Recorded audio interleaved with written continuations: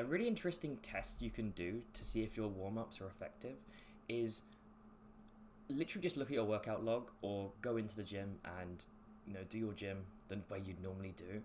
If your first working set gets, let's say, I don't know, 60 kilos for 8 reps, and it feels like you can't get one more, and then you do your second set and you end up getting 60 kilos for 10 reps, and it feels like you could get 5 more. Like, if this is how your workouts are going along, it means your warm-ups are ineffective.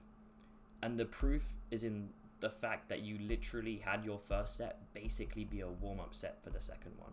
And I'm going to give you a system you can start using to have proper warm-ups in your workouts in this video, and then you'll go away, you'll start doing it, you'll start noticing how effective it actually is, you'll be able to get stronger, put a better foot forward in your sets, and it's just going to stop you from basically wasting your first set or even your second set, because I don't know if you're properly warmed up in your second set.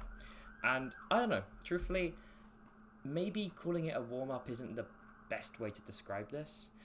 This is something I spoke about with my guys in my deep end coaching group a little bit, and we couldn't really get to the bottom of it either, because it makes sense to call it a warm-up because you're preparing for the set, but in truth it's not like you're doing it to warm up the muscles. Like that occurs earlier.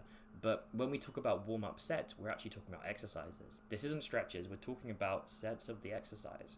We're working our way up to the working sets, and I don't know, we couldn't really agree on something.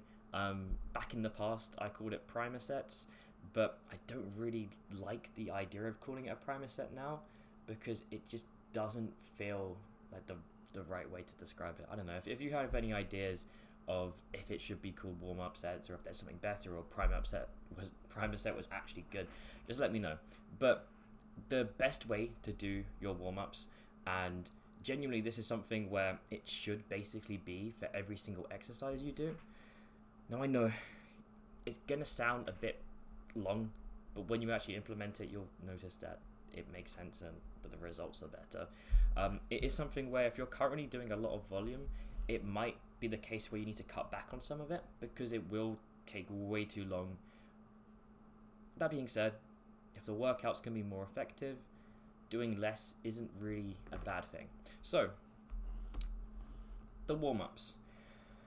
Now, as you progress, you might find a better way to do this. This is just what I recommend to people when they're starting, and as they learn more about themselves and what they need to do to warm up on an exercise, it might change. But essentially, you pick about 60 to 65% of the weight you're going to use in your actual set, and you take this with the exact same form, with the exact same tempo you're going to use in your set. You do 10 reps. You're doing those 10 reps, it's basically 6 reps away from failure, like that. Let's call it that.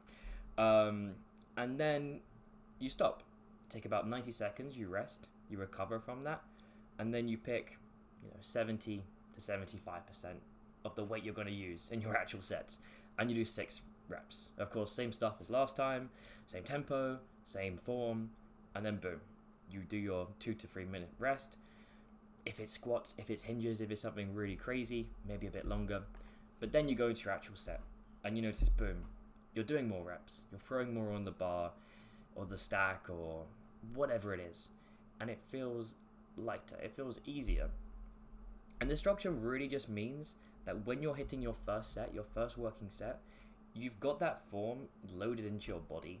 So you've spent months and months perfecting this technique, and you're not accessing it instantly the second you use it again, because you did it like a week ago, maybe 4 days ago. Like, you're not having that stored. It wouldn't make sense to. And so you're having these minimal fatigue working sets, warm-up sets, which aren't affecting your working sets and aren't like eating into the rest of your week because you're getting a ton of damage from them. And you're able to use those to go boom, boom, boom. That's the technique I remember. That's the technique I've been building for months. Let's use it. Maybe let's even improve it a bit, because we've just got, without any fatigue, the right form, the right technique. And now when we do our working sets, maybe there's room for improvement. Maybe we can do more here.